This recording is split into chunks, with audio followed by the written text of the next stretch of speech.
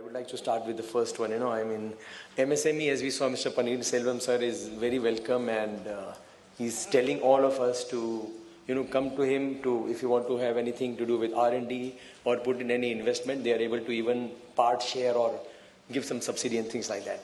That I think should go well with what Hariharan sir is trying to say, that we should try and have a collaborative R&D efforts or things like that. That is one thing that I would like to say. Now, to one important point was, which I think all of my friends here from Bombay Metal Exchange and Bombay Non-Ferrous Metal and other associations would be very happy, that EPC has also made a point that inverse duty structure is hurting all of us, the secondary producers.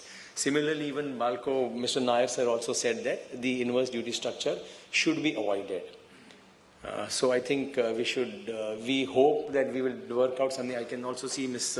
Kavita Gupta, DGFT director, she also is going to speak something like that on the dais here. Now, Balco, Mr. Nair said that, there are finished goods being imported from China.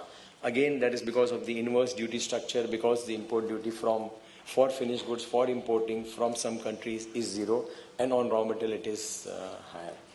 I would like to openly request, I don't know, but the primary producers and the secondary producers, whether if we can all come together and try to stop this, or speak with the government and do something about this. It may be a very minuscule proportion that because of the inverse duty structure, the government may be losing revenue if they cancel the inverse duty structure. But the Make in India theme will lose its charm if we go ahead with the inverse duty structure.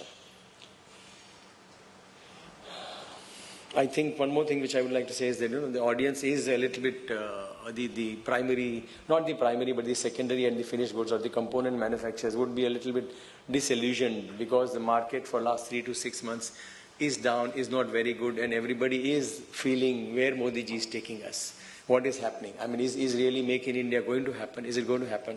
I personally feel, and from the people all on the dais who have spoken, that we should give him some time. We need to work with him. We need to work with him and for him.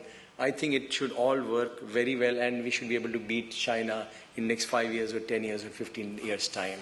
We should be with him. Now something on Nanda sir's this thing. I didn't understand much on what he said about some slide from Barclays and something like that. But what I understand is that definitely yes, we are at a stage where China was 10 years back, and China has grown 15, 20, 30% per annum, whatever. China consumes about 40 to 50% of copper world production, about 45% of aluminium productions, and we are still at 3, 4, 5%, things like that. So we should really work hard. I think we should all put in all collaborative efforts to work hard and see that we are also able to reach that stage. High cost of capital, yes, of course, that is one of the biggest drawbacks. I mean, the primary producers, I'm sorry if I'm using that word again and again, because they are very big and they're very versed. They have all financial muscles and everything like that. But the secondary producers has the biggest bottleneck in India is the cost of capital. I don't know how that can be sorted out, but the cost of capital is one of the biggest factors that is affecting the local this thing. I would also like to congratulate Nanda sir that he's made healthy statements about his competitors. I mean, he's put in all the other competitors in right perspective. As I said, that we should all work, keep India on top, and then take all the metals below, and then the primary producers, secondary producers, and we should try and work together. That's what I'm trying to say again and again. Mr. Hariharan sir, I would be very, very, very happy if you can prove me wrong, if you can prove my Vision 2022 wrong by preponing it to 2018. That would be really nice if defense is able to double up the production capacities and things like that, because I think defense is one of the key drivers of non-ferrous metals consumption. Again, as you said that you don't have the Indian, I don't know why and how you're not able to get Indian suppliers. We are one of the biggest primary producers. But secondary suppliers, yes, you are able to import from some other companies, maybe again because of the inverse duty structure. I'm not too sure.